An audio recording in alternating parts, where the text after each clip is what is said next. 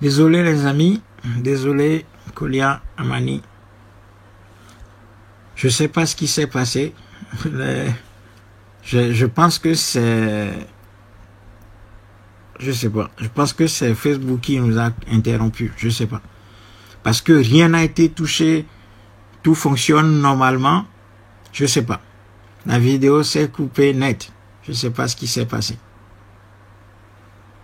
J'essaie de réinviter du monde.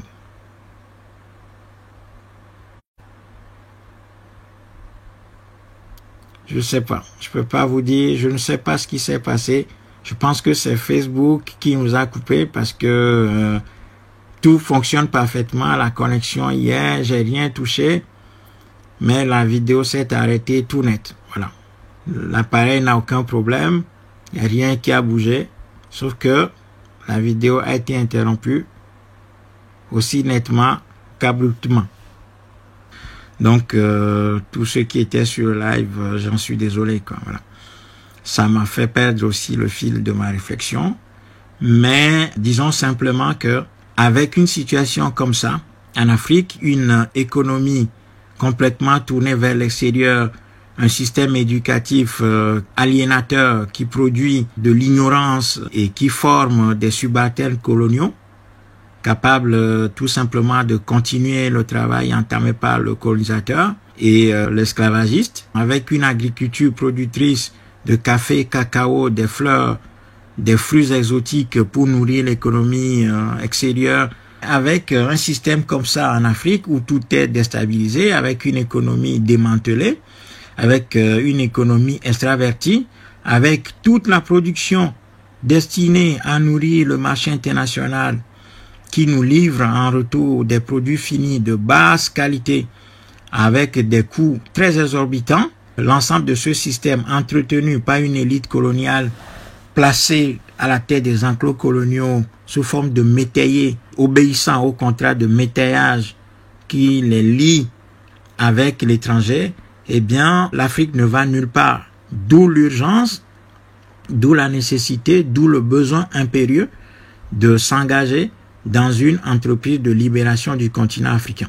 Voilà. Ça, c'est la réponse à la première question, à savoir si nous avons l'absolu devoir de libérer ou pas le continent africain. Est-ce que nous avons besoin de reconstruire l'Afrique? Donc, la réponse est oui, nous avons besoin de reconstruire l'Afrique parce que les énergies africaines ne servent pas le continent africain dans le contexte actuel, puisque l'Afrique est dans les faits, dans la colonisation, tout opère contre nous.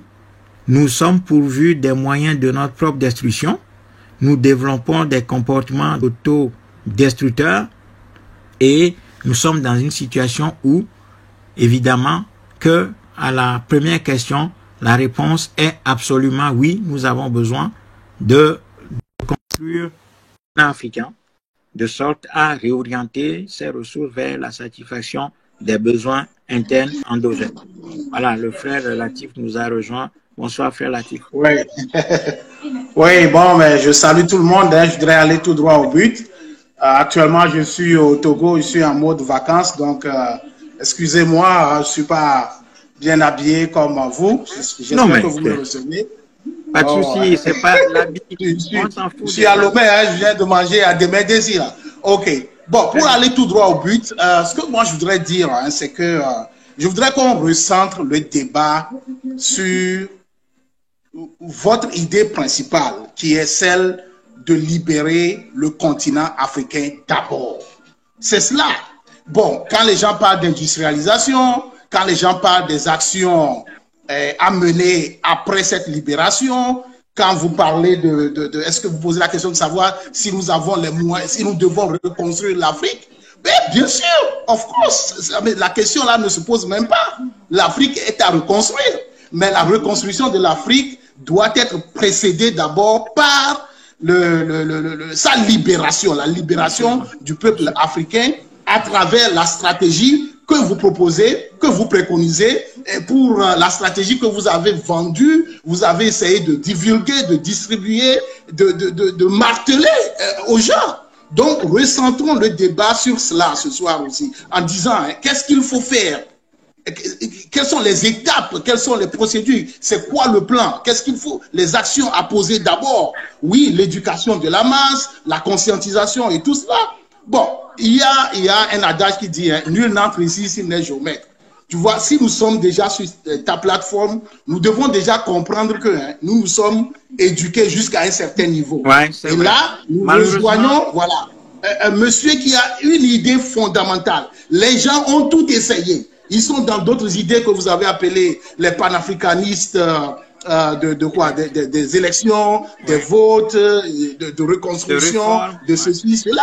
Mais vous avez très bien élaboré votre idée en parlant des trois principaux éléments qui constituent un État, un pays, un continent. Vous parlez de l'espace géographique, vous avez parlé du gouvernement et vous avez parlé du peuple. Voilà. Donc, maintenant, il s'agit de comment reconquérir ce territoire. La conférence de Berlin 1884-1885, elle a balkanisé l'Afrique. Et c'est par là que les Européens ont commencé d'abord leur domination. Alors, si nous voulons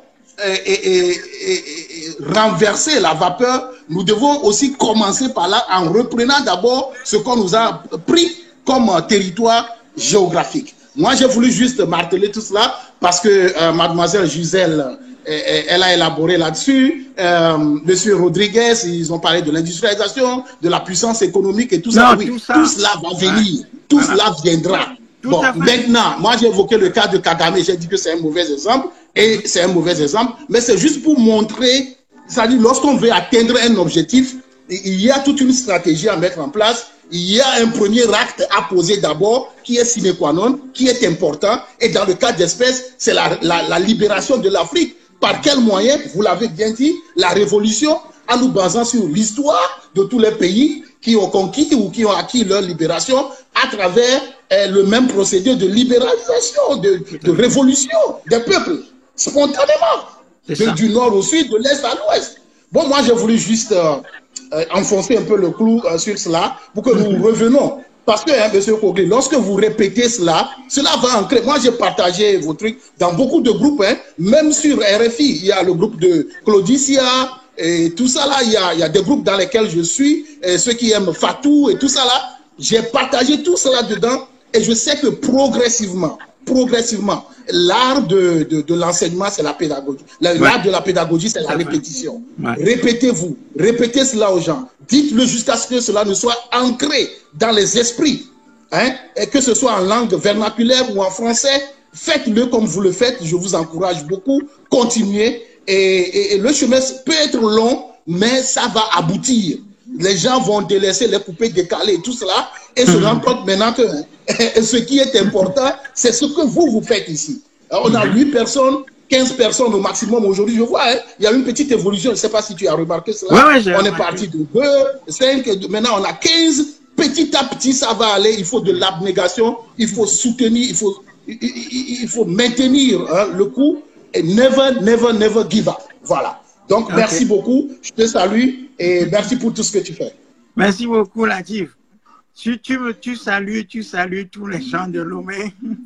Et n'oublie pas de nous apporter la sauce, le reste de la sauce à demain et Yébessessi, avec Akpan. Voilà, voilà, je ne manquerai pas. J'irai jusqu'à Kwadapé et vous ramener tout cela. Ma mère est de Kwadapé. D'accord, merci beaucoup. Vous avez fait de rappeler aussi les fondamentaux, donc il faut retourner à ces fondamentaux. J'essaye juste, parce que je vois très bien qu'il y a un certain nombre de gens qui nous rejoignent, qui n'ont pas assisté au début ou bien qui n'ont pas tout suivi ce que le Montra fait depuis des années, donc je suis obligé parfois de me répéter. Mais je veux juste corriger un petit truc, c'est que nos langues ne sont pas des vernaculaires. C'est aussi une bataille lexicale qu'il faut mener, c'est une bataille de vocabulaire. Nos langues sont des langues. Ce sont des langues nationales et des langues locales. Donc nous devons les ventiler et les voir exactement sur le même plan, sinon plus que les langues coloniales que nous avons assimilées parfaitement au détriment de nos propres langues qui sont reléguées au rang de vernaculaires et que nous-mêmes nous considérons comme des vernaculaires. Donc ça, c'est juste une petite parenthèse. Mais pour te répondre sur l'étape qui est la première à franchir, il s'agit d'abord, si les gens qui nous suivent ont compris l'idée centrale que nous avons émise depuis des années, la démarche qui doit suivre directement, c'est la mise en place des organisations.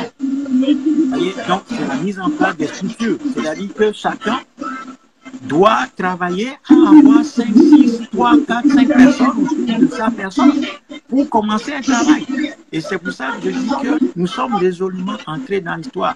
C'est que pour que l'histoire avance, il faut qu'il y ait un petit noyau d'hommes d'abord qui soient convaincus de ses idées et de ses responsabilités et qui commencent à travailler.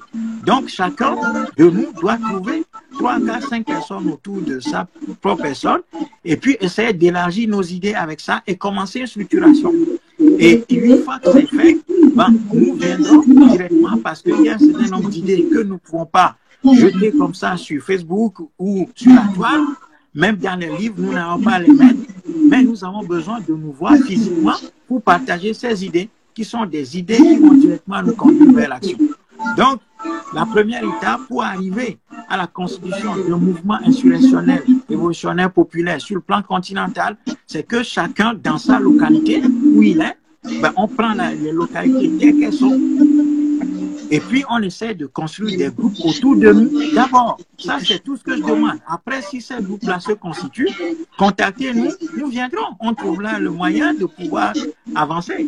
Donc c'est d'abord cette étape qui est fondamentale. Si on ne fait pas ça, nous allons avoir les meilleures idées du monde.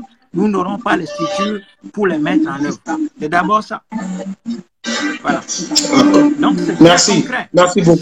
Il s'agit concrètement que chacun rassemble quelques personnes convaincues autour de sa personne pour en faire un groupe cohérent où il n'y a pas de contradiction, où la discipline règne et où maintenant nous allons pouvoir venir ou donner les éléments pour la continuation du travail.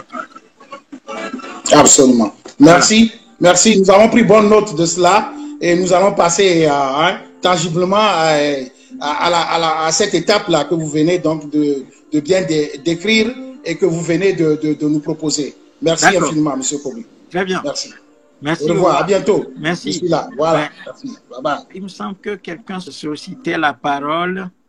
Voilà, tout à fait. Le frère Lamadou Totem dit on ne peut pas tout dire sur les réseaux sociaux, mon frère. C'est clair que nous ne pouvons pas tout dire, mais nous essayons d'aller le plus loin possible dans nos idées pour nous rendre compréhensibles, pour nous rendre clairs, pour qu'il n'y ait pas d'ambiguïté dans ce que nous disons, pour que les gens ne disent pas que nous sommes de doux rêveurs et des illusionnistes. Donc nous essayons de développer autant que faire se peut nos idées pour nous rendre accessibles aux uns aux autres.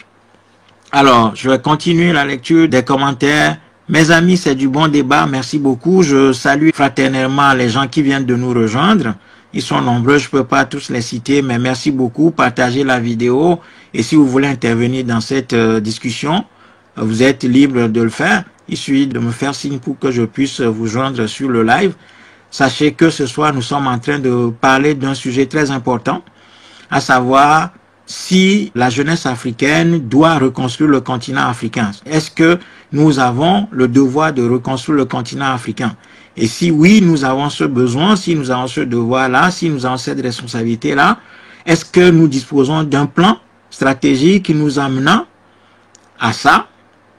Et si oui, nous avons un plan stratégique, quel est notre agenda pour réaliser la reconstruction du continent africain? Et puis, dernièrement, quels sont les moyens que nous avons à mettre en œuvre pour reconstruire le continent africain? Donc, voilà les sujets.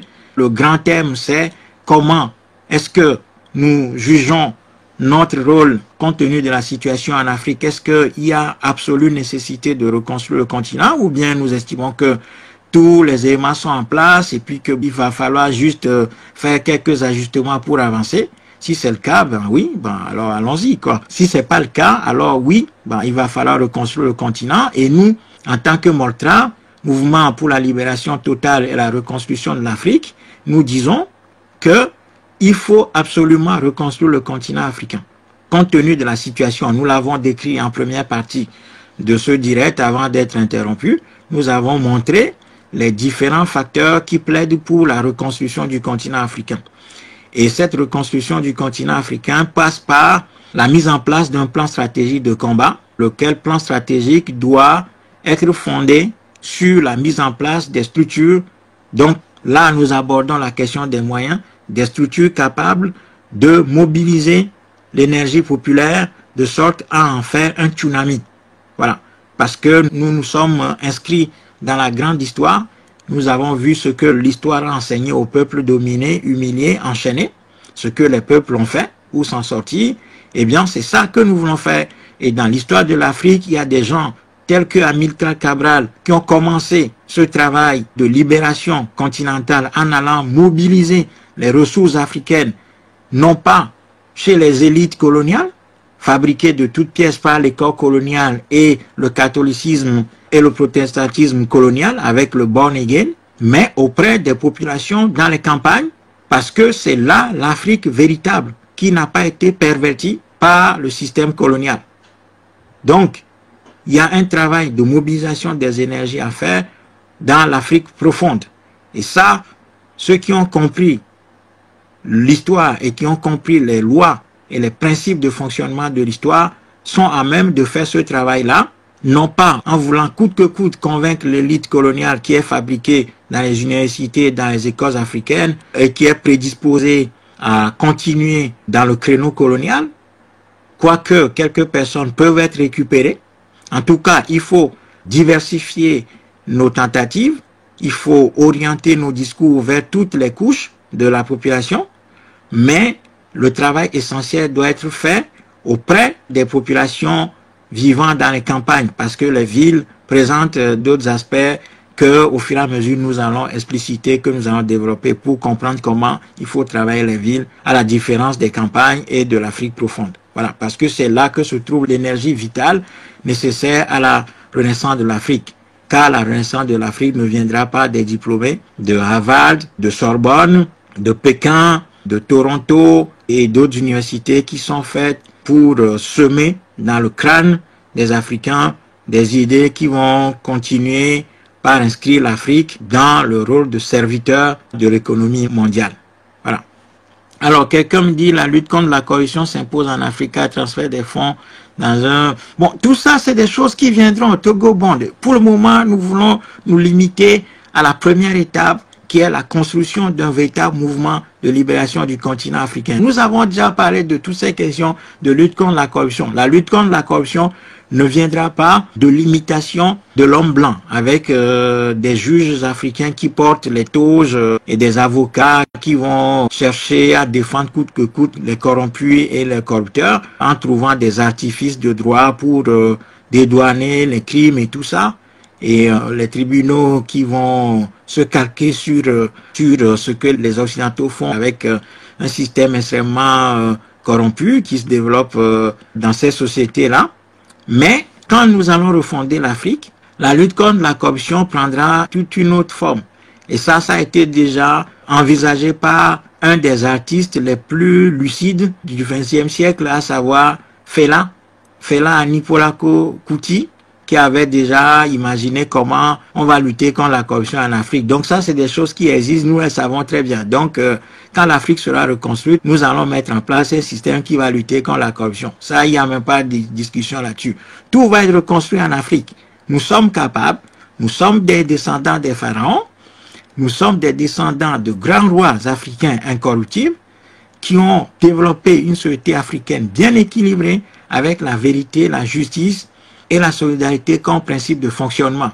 Si bien même que les premiers Arabes, les Ibn Battuta, les Ibn Khaldoun, qui ont sillonné le continent africain, avaient vu une société africaine extrêmement digne où la corruption et le vol n'existaient pas. Ça, c'est des choses que nous ne savons pas, que nous avons oubliées, que l'école coloniale ne nous enseigne pas. Donc l'Africain, d'antan, était caractérisé par une honnêteté. Il n'y avait pas de corruption chez nous. Une fois que nous avons libéré l'Afrique, nous savons ce que les dirigeants africains de l'époque ont fait pour que la corruption ne règne pas au sein de notre peuple. Donc tout ça, c'est des choses qui vont arriver. Mais pour le moment, il faut se concentrer sur le travail de la construction d'un mouvement révolutionnaire, sur la trace de ce que quelqu'un comme Amilcar Cabral a fait. Voilà. Alors, quelqu'un me dit, est-ce qu'on peut parler de ce qui nous concerne, la libération, afin que tous les Africains le sachent? Bon, j'ai pas très bien compris. Ça, c'est Koli Amani qui pose la question à à mon frère Lamadou. Bon, je pense qu'il y a des débats qui se déroulent. C'est très bien. Il faut qu'on utilise cet espace-là que Facebook nous offre pour discuter, pour nous connaître les uns les autres et puis essayer véritablement d'aller dans le sens de la construction du mouvement tel qu'il se doit. D'ailleurs, nous sommes très en retard sur les réalités. Normalement, nous devons déjà être à une étape de déploiement du plan stratégique déjà.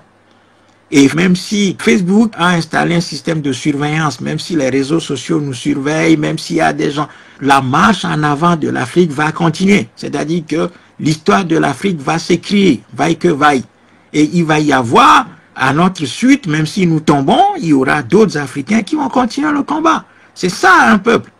Et c'est ça qu'il faut cultiver, c'est-à-dire la continuité dans le radicalisme froid, dans le sérieux, pas de bruit pour du bruit, faire un travail sérieux, continuer à former les gens, de sorte que la relève soit assurée. Il ne faut pas qu'il y ait une rupture dans ce que nous sommes en train de faire. Il faut que d'autres personnes soient formées et nous sommes capables, nous sommes disponibles, nous sommes disposés à former des gens. J'en ai fait.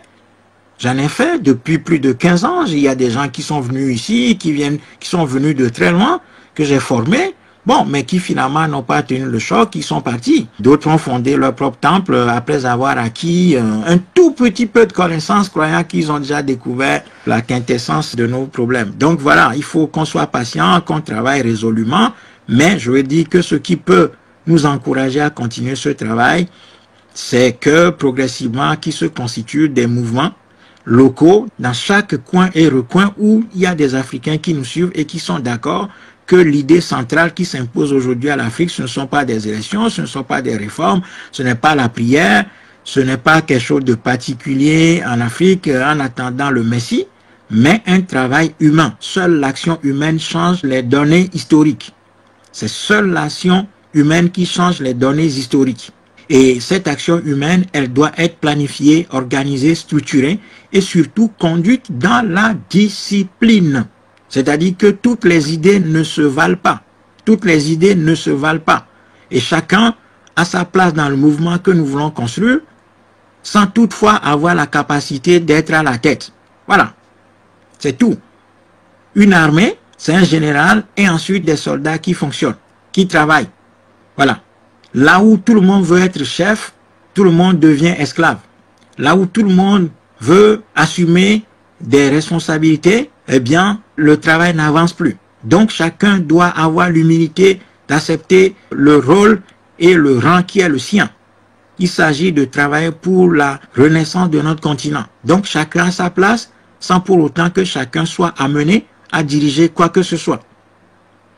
Ça doit être clair. C'est là l'esprit de discipline dont je parle. Ça veut dire que s'il y a une hiérarchie qui est établie, elle doit être respectée. Et toutes les idées ne se valent pas, même si chacun de nous a ses idées. C'est-à-dire que l'idée consistant à dire que nous sommes en démocratie et que moi aussi j'ai raison, tout le monde a raison, et que c'est l'addition des raisonnements fausses, bonnes, moins mauvaises, très fausses, sophistes, etc., que c'est la coalition de l'ensemble de ces idées qui donne la vérité, c'est faux. Ça, c'est de faux raisonnements qui nous empêchent d'agir. Il y a des idées qui sont absolues, qui peuvent s'imposer et qui peuvent être centrales dans un mouvement autour desquels les gens doivent opérer. Ça, c'est des choses concrètes. C'est-à-dire qu'il y a des autorités. Si vous voyez que la pensée de Socrate, de Karl Marx, des idées de la philosophie de Socrate s'imposent encore dans la société, c'est qu'on en a fait des autorités. On en a fait des doctrines autour desquelles les mouvements sociétaux s'opèrent. Donc, nous devons nous inscrire dans cette dynamique-là, avec résolument un esprit de discipline. Voilà. Parce qu'à force de vouloir tout embrasser, à force de vouloir donner raison à tout le monde, eh bien, nous n'imposons pas une autorité dans nos rangs, alors que nous acceptons l'autorité venant de l'extérieur, à la fois des dictateurs et de leurs metteurs en scène étrangers. Voilà quelques idées que j'essaie de semer comme ça pour qu'on essaye d'avancer véritablement. Donc, je continue la lecture des commentaires. Je pense que après je vais arrêter. Il y a le frère Latif qui disait le continent est reconstruit après sa libération, mais pas dans le système actuel, tout à fait. Donc, nous devons continuer le travail et nous devons garder à l'esprit que personne ne viendra reconstruire l'Afrique à notre place. Si nous voulons dicter les règles de conduite aux Chinois, si nous voulons dicter les règles de fonctionnement aux Français, dicter les règles de conduite aux Américains, dicter les règles de conduite aux Canadiens, aux Sud-Coréens, aux Turcs, aux Arabes en Afrique, il va falloir que nous ayons le pouvoir de le faire. Sinon, ces gens-là ne vont pas venir en Afrique en partenaire, mais plutôt en maître, parce que ces gens ont trouvé ou trouvent l'Afrique dans un état de faiblesse tel que il n'y a rien à faire dans ce sens. L'esclave ou les dominés qui n'ont pas encore brisé leur fer ne sont pas en capacité d'imposer quoi que ce soit à leurs dominateurs. Donc la Chine et les autres pays qui sont présents en Afrique vont continuer à faire la loi et nous dicter les règles du jeu, et à nous de les subir. Mais si nous voulons sortir de ça, il va falloir absolument reprendre les luttes d'indépendance parce que les indépendances africaines n'ont pas abouti. C'est en ce sens-là que nous parlons de la reconquête territoriale. Parce que la colonisation, avant de construire une école coloniale, avant de construire une économie coloniale, avant de construire des élites coloniales qui continuent de régenter l'Afrique, avant de construire des églises et des religions coloniales, la colonisation a d'abord conquis le territoire africain militairement, avec les outils psychologiques en parallèle, c'est-à-dire l'école, la religion et tout ce qui va avec. Donc, si nous voulons rebâtir l'Afrique pour réorienter ses ressources vers la résolution des problèmes de ses fils et filles, nous avons l'impérieux devoir et l'impérieuse nécessité de travailler à mettre en place des structures capables de porter la seule idée qui vaille, à savoir l'idée de la libération continentale. Et la mise en place de ces structures-là commence par le travail de chacun de nous et de chacune de nous. Chacun doit essayer de trouver 2, 3, 4, 5 personnes, 10 personnes autour de sa personne. Et après, il y a des idées que nous ne pouvons pas véhiculer sur les réseaux sociaux, sur Internet. Après, nous nous rencontrerons physiquement pour continuer le travail. Parce que nous savons ce que nous voulons faire.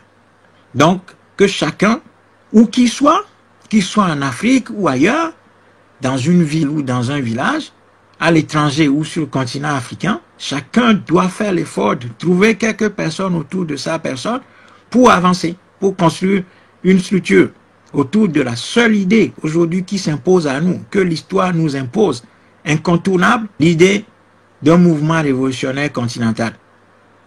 C'est ainsi que nous pourrons libérer chacun des enclos coloniaux abusivement appelés États africains, dirigés par des métayers qui sont en train de prolonger tout simplement la situation coloniale dans laquelle l'Afrique a été plongée depuis 3000 ans maintenant. Et tous ceux qui nous vendent des histoires d'élections, de réformes, de prières, de lobbying auprès des institutions soi-disant internationales, et tout ça, ce sont des marchands d'illusions. Il faut sortir de ces courants. L'histoire n'a jamais démontré que ces instruments-là étaient ou sont efficaces vis-à-vis de la colonisation. Donc je vais prendre la sœur Aswa qui souhaite prendre la parole. Bonsoir. Bonsoir, comment vas-tu? Mon très cher frère, bonsoir. Désolée parce que je profite, et c'est maintenant qu'il est minuit ou quelque chose comme ça chez moi, et je profite donc du temps de libre que j'ai parce que j'attends, je garde toujours le téléphone au cas où on m'appelle, je suis obligée de tout raccrocher, façon et partir. Donc, désolée si jamais je vais devoir partir en trombe. Mais voilà, je vais profiter pour... Je dois d'abord dire un mot. Attends, je vais d'abord dire un mot. Je suis très content de t'avoir. Oui, c'est gentil. Parce que, tout d'abord, nos soeurs ne sont pas suffisamment présentes. Ça, je le déplorais. C'est ce que j'allais dire. Le bal. Voilà, donc merci beaucoup. Ça me fait plaisir de te revoir. On s'est vu il n'y a pas très longtemps. Voilà, d'accord. Voilà. Mais écoute... tu comprendras que je n'ai pas suivi ma sœur Alida Yabré, bonsoir. Et je profite moi aussi de dire bonsoir. Je vois que ça se défile là. En tout cas, c'est bien. Je profite parce que je n'ai pas suivi tout ton live, le premier. Et puis après, ça a été interrompu au moment où j'étais en train de faire les lettres de sortie. J'avais mes écouteurs. Donc, de temps en temps, j'écoutais encore un peu, je mettais les mots panafricanisme, lutte dans les lettres, au lieu de mettre traitement, au lieu de mettre prescrire ceci, je commençais à prescrire. Vraiment, faut arrêter, vous les frères, là, de nous embrouiller. Tout en train de nous parler d'Afrique. Voilà, maintenant, l'enfant d'autrui ici commence à prescrire n'importe quoi. Donc, bref, c'était pour faire un peu d'humour. Écoute. Okay. Pour revenir sur les idées, puisque chacun allait énoncer ses idées, donc c'est pour te dire que je n'ai pas tout suivi, mais j'imagine qu'on est en train de parler des plans d'action et effectivement, ce n'est certainement pas l'endroit sur les réseaux sociaux de commencer à dévoiler nos petits plans, mais on peut quand même avoir comment dire, énoncer des idées de façon générale, puisque il faut pouvoir être capable d'utiliser intelligemment les réseaux sociaux. Tu en as parlé la dernière fois, puisque tu étais en train de pointer du doigt ce que les Africains aimaient de ces jours-ci au niveau des futilités. Tout ça, le tout véhiculé dans les réseaux sociaux, et c'est dommage. Mais ce qui est bien, c'est que grâce aux réseaux sociaux, on peut aussi véhiculer les idées panafricaines, les idées révolutionnaires, les idées de lutte. Et donc la lutte prend une autre tournure que celle que nos pères avaient menée dans le temps, puisque dans le temps, ils étaient plus sur le terrain et nous, on est beaucoup plus sur le virtuel, sur les réseaux sociaux. Ceci pour dire quoi?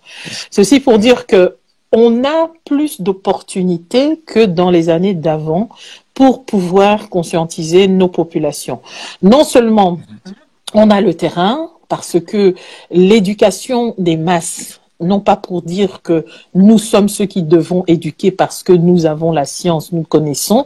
Non, pour dire qu'une personne qui a ouvert les yeux, qui a fait fonctionner son troisième œil, n'a plus rien d'autre comme devoir que pouvoir contaminer les autres en cherchant à tout faire pour qu'ils ouvrent eux aussi leur troisième œil. Et donc, c'est ce que je veux dire par là, par l'éducation de masse. L'éducation des masses, alors, doit se faire par tous les moyens possibles et inimaginables. Donc, moi, j'avais souvent tendance à dire que, voilà, on doit être capable, de la même façon que le colonisateur a su étudier, l'Africain a su étudier nos populations. Il vient sur un territoire, il est venu par la violence, mais il est aussi venu par le soft power, où il donne l'impression qu'il est gentil, qu'il est là pour votre bien, qu'il est là pour votre éducation, pour votre santé, donc pour votre éducation, donc pour vos écoles, et petit à petit, via l'école, via les structures, via les livres, via l'enseignement, il vous inculque les choses. Donc, et c'est pareil aujourd'hui quand on voit les mouvements de foule avec les pasteurs chrétiens qui sont tout le temps là en train de profiter de la naïveté des gens, mais qui font des démonstrations de soi-disant de miracles, soi-disant de prêches, etc. Moi, je pense qu'il faut apprendre à connaître notre peuple, qu'est-ce qui intéresse nos populations et comment arriver donc à trouver un moyen pour injecter ce message-là par effet de masse, tout en utilisant tous les moyens possibles. Ça peut être donc via les écoles, ça peut être donc via des associations comme les associations de femmes dans mon pays ou au Congo, Kinshasa, on appelle par exemple des muziki, c'est-à-dire que des femmes qui s'associent pour venir en aide à d'autres femmes, supporter par exemple des femmes veuves, des actions sociales, mais quand on fait ces actions sociales-là, on inculque le panafricanisme et l'idée de la révolution. Ça peut être, je ne vais pas venir détailler les choses ici, hein, l'affaire ici c'est comment, on n'est pas là pour commencer à dire nos méthodes ou nos façons de faire. Non, pas du tout. Ce que je veux dire par là, c'est que tous les moyens sont bons pour conscientiser un peuple. Nous, pour le moment, on le fait pour la plupart du temps via des vidéos, des lives, comme je te disais, moi, je t'ai connu via des vidéos, j'avais même oublié ton nom, je savais juste que je suivais tes vidéos sur YouTube et tout.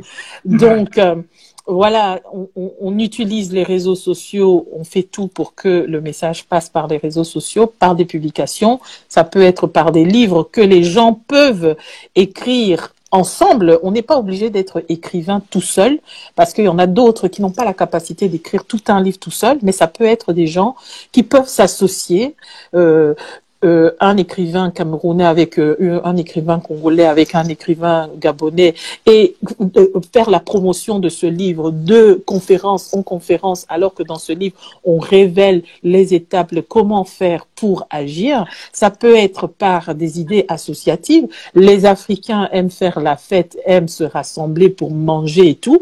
On peut très bien trouver des moyens où, pendant des rassemblements, on dit, ben voilà, rassemblement fraternel pour se soutenir pour une fin d'année, etc. Mais pendant ce temps, on prépare un discours bien fait où les gens sont là pour recevoir ce qu'il faut. L'Africain est très réceptif à un message quand il s'agit de lui parler du bien, de où il vient et de qui il est. Donc, il est vraiment très important de trouver des moyens, des méthodes, des stratégies. Tout le monde n'a pas envie, par exemple, de descendre dans la rue et de dire on va marcher, on va faire une marche, on va faire une révolution en prenant nos gourdins, nos pierres et on descend dans la rue, ou bien on va aller prendre la radio ou la télé ou je ne sais pas quoi. Non, tout le monde n'a pas ce courage. Pourquoi? Parce qu'on sait très bien qu'on a affaire à des sauvages, des gens brutaux qui sont dans nos pays, des militaires qui te tirent des balles en caoutchouc, des balles réelles, on n'en sait rien. Donc, l'idée est d'être capable de conscientiser les populations au maximum, parce que même si on donne un mot d'ordre, on dit descendons tous dans la rue et allons prendre le pouvoir. Admettons que ça arrive, Admettons qu'on a la chance de faire cela et de créer des mouvements d'insurrection ou des mouvements populaires. La suite, c'est et après. Après toutes ces révolutions, après tous ces mouvements d'insurrection, ou après tous ces mouvements où tout le monde descend dans la rue pour aller prendre le pouvoir, ce pouvoir-là, il se prépare. Il faut être capable d'avoir des leaders qui défendent réellement la cause panafricaine. Il faut être capable aussi d'avoir une population qui suit le raisonnement de ces leaders panafricains. Parce que si on a encore des populations qui... C'est même le problème de la question post-coloniale qui n'a jamais été posée, que je suis en train de poser. Quand on parle de la conscientisation des peuples et des gens, quand on dit il faut qu'on fasse attention, il faut qu'on soit vigilant, il faut qu'on répète à nos populations que l'Afrique est en guerre, c'est aussi à cause de ça. C'est parce que nous avons encore la mentalité coloniale, la mentalité du colonisé, pardon, la mentalité de celui qui a été administré par le colon. On réfléchit encore dans cette mentalité.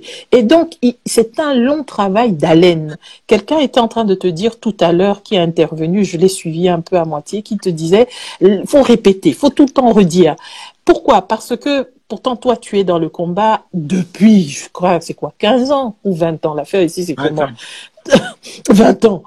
Mais c'est pas assez. C'est-à-dire que il faut bien faire comprendre aux gens. J'ai dédié toute ma jeunesse à ça. Donc, mais tu n'as pas fini de la dédier. Tu vas la dédier jusqu'au jour où tu vas la dédier jusqu'au jour où tu vas rejoindre les ancêtres. Il faut faire comprendre aux gens que quand on rentre dans cette affaire-là, c'est pas affaire d'amusement où on dit que on est rentré, on a fait 1 année, 2 années, on est allé dans les conférences, on a fait les conférences anti-franc CFA, on a crié, et puis après chacun fait son truc. On a commencé, l'engagement a commencé, ça va jusqu'au bout. Même quand on est au boulot, même quand on est à la maison, même quand on est en train de faire des courses, même quand on est en train de manger, même quand on est en train de regarder la télé. Il faut toujours qu'on soit vigilant dans ce combat-là pour se dire, c'est quoi le piège?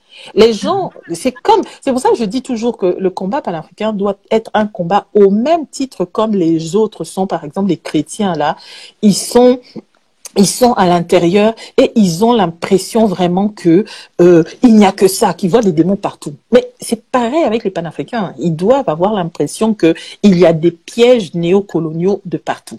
Donc il faut savoir, quand tu rentres dans un groupe, même les gens qui adhèrent au groupe dans lequel tu rentres là, est-ce que ce sont des pions? Est-ce que ce sont des espions? Est-ce que ce sont des gens vraiment qui sont là pour la vraie cause? Est-ce qu'ils sont vraiment là pour suivre le travail et l'engagement jusqu'au bout? Les personnes avec qui tu veux faire les débats ou tu veux te donner, ou quand tu dis que tu as envie de commencer quelque chose, est-ce que tu es prêt à aller jusqu'au bout? Aller jusqu'au bout, c'est pas forcément donner sa vie et recevoir des balles en plein poitrine. C'est de te dire que quand il faudra aussi faire sortir ton argent, parce que il va falloir éditer, par exemple, 25 CD et les distribuer gratuitement dans des lycées pour qu'on puisse les projeter et pour que dans nos lycées, sachant que nos lycées sont remplis de programmes coloniaux, et que tu te dis qu'on va par exemple faire des CD avec des projecteurs où les enfants, même après les cours, pourront avoir des cours panafricains gratuitement. Mais il faut sortir de la poche à l'intérieur, il faut aussi se donner. Donner de sa personne, avoir du temps pour se dire que même si je suis fatiguée, même si j'ai envie de faire mon petit sommeil, je dois consacrer au moins un minimum de 20 minutes ou 1 heure par jour pour la cause africaine, la cause panafricaine. Les gens oublient ça. Les gens pensent que bon, c'est parler, on va pas en faire ça un plat de tous les jours. Mais c'est un engagement, c'est un plat de tous les jours. Même quand on est au travail, même quand on est, je sais pas, à la maison, même quand on a fini de donner à manger aux enfants, même quand on a fini de causer avec son chéri ou sa chérie, on revient toujours à cette forme de combat où on se dit que c'est un travail de longue haleine. Et même si j'ai commencé à 20 ans, ça va s'arrêter. Même si j'ai 85 ans, je continue. Parce que, tu viens de le dire avant de me prendre au téléphone, que c'est quelque chose qui existe depuis même, c'est pas seulement depuis nos chefs d'État actuels, c'est même depuis... Ça fait 3000 ans que l'Afrique périclite, hein. L'Afrique est en train de perdre de sa valeur et de sa beauté depuis près de 3000 ans. Ça y est, on est déjà... Donc, on n'a pas le temps. On n'a pas le temps. Normalement, les Africains n'auraient même pas le temps de dormir, ni de danser ou de quoi. On n'a plus le temps pour ça. Donc, chaque fois que l'on peut consacrer quelque chose et utiliser tous les moyens possibles et inimaginables, ça peut être les réseaux sociaux, ça peut être les gens qui font les chansons, ça peut être les gens qui écrivent les livres, ceux qui écrivent les poésies, on s'en fout. Ceux qui font, même, ils ont un cabinet médical, ils voient les patients, ils profitent, oui, mais il y a ça aussi dans le boulot, même si tu es maçon, même si tu es peintre, on s'en fout. Il faut toujours avoir en tête que, et puis ça demande même pas beaucoup d'efforts, hein. Ça demande même pas comme si on est en train de dire que on est en train de se sacrifier au point où on va finir notre vie. Regarde, moi je suis là, est-ce que tu me vois, je suis quelqu'un qui pèse 10 kilos ou quoi? Je vis, non? Je vis ou bien? Je vis, j'ai ma vie. Je suis une mère de famille aussi. Donc, ça n'empêche que je consacre quand même un minimum de 10-20 minutes. Et il faut toujours se dire que même si c'est une personne de gagner par jour, c'est une personne de gagner. Oui. Et c'est déjà ça. Parce que cette personne-là, tu gagnes une personne, ben, cette personne va aller instiller le venin, mais le bon venin, le venin panafricain à une autre personne. Il faut vraiment que les gens se rendent compte que l'Afrique est dans un combat, et c'est pas un combat qui est réservé, pour revenir à la question de la femme, c'est pas un combat qui est réservé aux hommes ou à une catégorie. Parce que tu disais tantôt, comment faire pour que la jeunesse prenne le pouvoir ou la jeunesse ramène à l'Afrique. C'est pas seulement une question de jeunesse. Même une personne qui a déjà passé ses 60 ans et comprend maintenant qu'est-ce que le franc CFA, qu'est-ce que les enjeux, qu'est-ce que le néocolonialisme, qu'est-ce que le problème avec les APE, même s'il a compris à 60 ans, c'est bon, le travail est là. Tout le monde doit faire sa part de travail. Tout le monde, ça intéresse tout le monde. Que ça commence à l'âge de la raison où on commence à se dire que la personne, même les enfants, dès que les enfants ont déjà l'âge de comprendre que non, tes ancêtres, ce sont pas des Gaulois, tes ancêtres, ce sont des éminentes personnes qui ont vécu pendant des années avant, lui aussi il peut dire à ses amis, ben écoute, non, ben nous on descend des pharaons et c'était des gens bien qui faisait de grandes choses, qu'on a découvert la médecine, qu'on a découvert... C'est tout le monde qui est à l'intérieur de ça. Hein. Tout le monde doit conscientiser chacun. Toute personne éduque toute autre personne et c'est un travail qui doit se faire de façon de longue haleine. Je vais peut-être m'arrêter là parce que même si le téléphone n'a pas sonné, il faut que je reste concentrée et tout et que je ne sorte pas trop du thème parce que je n'ai pas tout suivi de la discussion, donc je ne veux pas être... Ah oui, je voulais aussi dire quelque chose parce que il y a quelque chose qui m'a titillé et tu parlais des élections en disant mais ça sert à rien et tout. Ah, je voulais quand même te rappeler. N'oublie pas, je viens de te dire tout de suite, il faut utiliser les armes que les autres utilisent. Il faut comprendre, il faut qu'on fasse ce travail psychologique d'étudier notre peuple. Notre peuple aime les élections. Les gens aiment les élections maintenant. Depuis que le blanc est venu me montrer que non, vous là, vous devez avoir élection. Le peuple aime les élections. Donc, les élections doivent nous servir, non pas pour dire que grâce aux élections, on va arriver au pouvoir. Non. Parce qu'on sait très bien que on ne va pas arriver au pouvoir avec les élections. On sait très bien que les élections ne sont pas là pour faire arriver les panafricanistes au pouvoir. Pourquoi? Parce qu'il y a trop de corruption, parce que il y a un système mafieux. Si déjà même en Europe, eux-mêmes leurs élections, c'est truqué, c'est bizarre. On a toujours les mêmes partis qui sont là. Si c'est pas les républicains, c'est des démocrates. Si c'est pas des gens de droite, c'est des gens de gauche, c'est PS ou je sais pas UMP ou le centre ou quoi. Si c'est pas les gens de Angela Merkel, j'ai oublié leur nom. C'est toujours les mêmes choses. Les travailleurs ou bien la CDU. La CDU, ou bien si c'est pas chez les Britanniques, les travailleurs et le parti travailliste et je sais pas, c'est toujours les mêmes. Les gens ne se posent pas des questions. Ils ont toujours l'impression que parce qu'on change de tête, on change de quelque chose. Mais au fond, les systèmes sont toujours les mêmes. C'est toujours les mêmes systèmes qui ont des intérêts capitalistes qui sont à l'intérieur. Et donc c'est pareil. Donc nous, on ne viendra pas au pouvoir grâce aux élections, mais on peut utiliser les élections pour se faire entendre, parce que c'est une plateforme aussi intéressante pour être capable de faire entendre sa voix. Quand tu as, par exemple, eu l'élection présidentielle en France, on savait très bien que des gens comme j'ai oublié son nom là, il y en avait un là qui... Bon, il y a les Besancenot, il y a beaucoup de gens, ceux qu'on appelle, entre guillemets, les petits candidats. Mais quand même, les cheminades, les tout, on sait très bien qu'ils vont jamais passer président. Mais ils utilisent cette plateforme électorale, ce moment où la nation a les yeux rivés sur eux pour faire passer un message fort. Et c'est pour cela que je dis c'est toujours important d'avoir quand même des groupes panafricains qui infiltrent les élections, qui font tout pour se présenter à ces élections. Parce que les gens sont réceptifs à ce moment-là d'écouter le discours politique. Et tous les moyens, comme je te dis, sont bons pour se faire entendre. Donc même pendant les problèmes, pendant les moments électoraux, tu as le temps de dire la solution pour l'Afrique, la solution pour notre pays, la solution pour notre continent, c'est le panafricanisme, c'est la libération du néocolonialisme, c'est la décolonisation mentale, c'est le regroupement, c'est la prise de conscience, c'est la bonne gouvernance, certes, mais surtout la lutte contre la corruption. C'est tous ces points, ces programmes. Parce que même si sur une foule de 500 personnes, bon, il y a des gens qui t'écoutent et puis après demain, on t'oublie, il y aura toujours sur ces 500 personnes, 10 personnes qui pourront venir. C'est après les élections que le groupe que tu as formé est capable de rejoindre ton mouvement et dire on a quand même compris le message. Le gars là ne dit pas des mauvaises choses. Tu vois, en RDC par exemple, il y a eu, pourtant on connaissait des candidats déjà déclarés. On savait qu'il y avait les Tshisekedi, on savait qu'il y avait celui-là, le candidat de Kabila, Chadari. On savait qu'il y avait qui encore les autres candidats qui s'étaient tous retrouvés à Genève là, plus Martin Fayoulou. On savait très bien que forcément l'un des gagnants serait ces trois, mais pourtant il y avait 20 autres candidats. Et parmi les 20 autres, il y en a qui se sont fait écouter. Il y a même eu des panafricains. Moi, j'ai soutenu des panafricains. Mais leurs idées ont quand même eu écho. Même s'il y en a d'autres qui disaient « Oh, Yosa trop rêveur », ça veut dire en lingala « Bon, toi, t'es trop rêveur ». Mais il y en a quand même qui ont eu le temps d'écouter le discours et qui ont rejoint certains mouvements, ou du moins qui se sont rapprochés des mouvements panafricains en RDC. C'est très rare, parce qu'en RDC, c'est l'un des pays quand même d'Afrique centrale où le panafricanisme n'a pas d'écho. Le panafricanisme est assez écouté, par exemple, au Cameroun. On écoute quand même assez le discours panafricain, ouais, peut-être en RCA. Mais en Afrique centrale, le panafricanisme n'a pas encore beaucoup d'écho, tu vois. Mais on utilise cette plateforme électorale aussi pour se faire entendre. Pas dans l'idée de se dire que oui, on va gagner des élections, ça y est, on va arriver au pouvoir, on va faire les députés, être des législatives, mais qui ne tente rien à rien. Tu vois ce que je veux dire?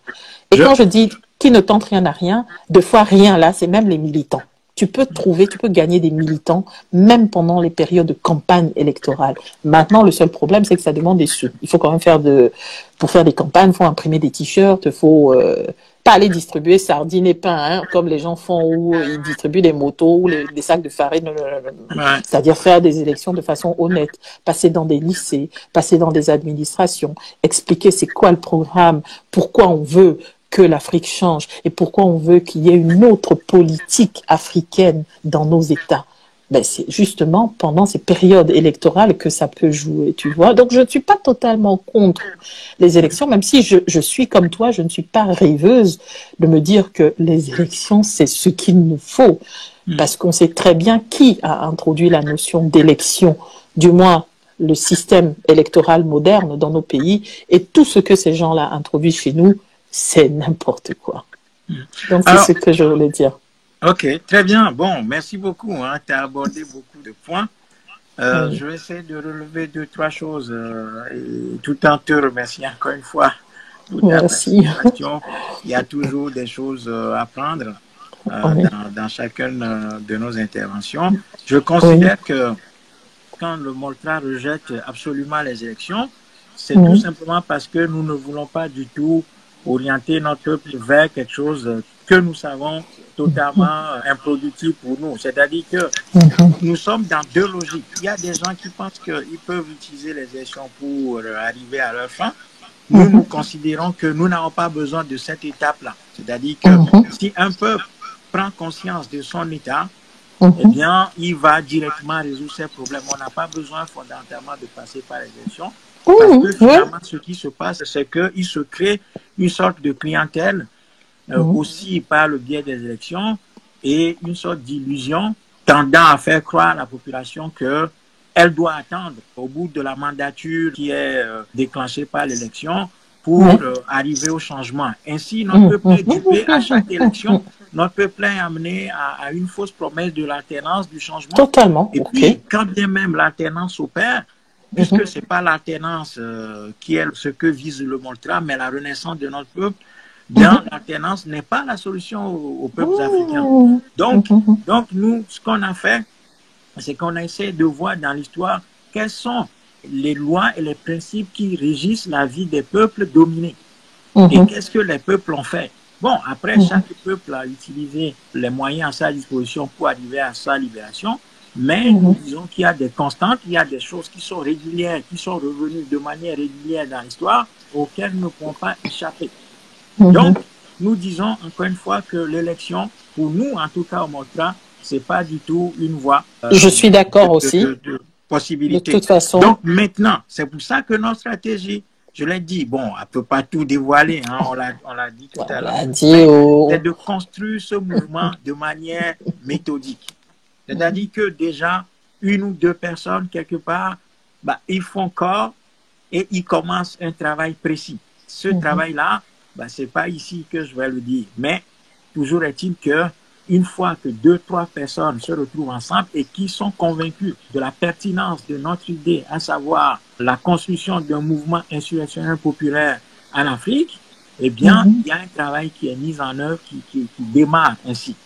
Donc, pas la peine de nous disperser sur d'autres chantiers, notamment les chantiers électoraux, le chantier de la prière, des réformes, appel incessant à la morale pour que le dictateur et ses amis retrouvent l'humanité perdue, pour avoir un cœur humain, pour comprendre que nous souffrons. Non, si l'élite africaine n'avait pas le caractère fondamentalement colonial, on peut espérer faire une alliance avec cette élite-là pour essayer de réformer la situation. C'est ce qui s'est passé dans un pays comme la Suisse, où les élites ont fait corps avec le peuple en préservant les intérêts de chacun, quoique, bon, l'élite a toujours le dessus, mais il y a une sorte de coalition entre le peuple et les élites, faisant en sorte que les intérêts soient plus ou moins défendus. En Afrique, c'est impossible parce que notre histoire est une histoire de domination de manière permanente et de reconstitution de la société africaine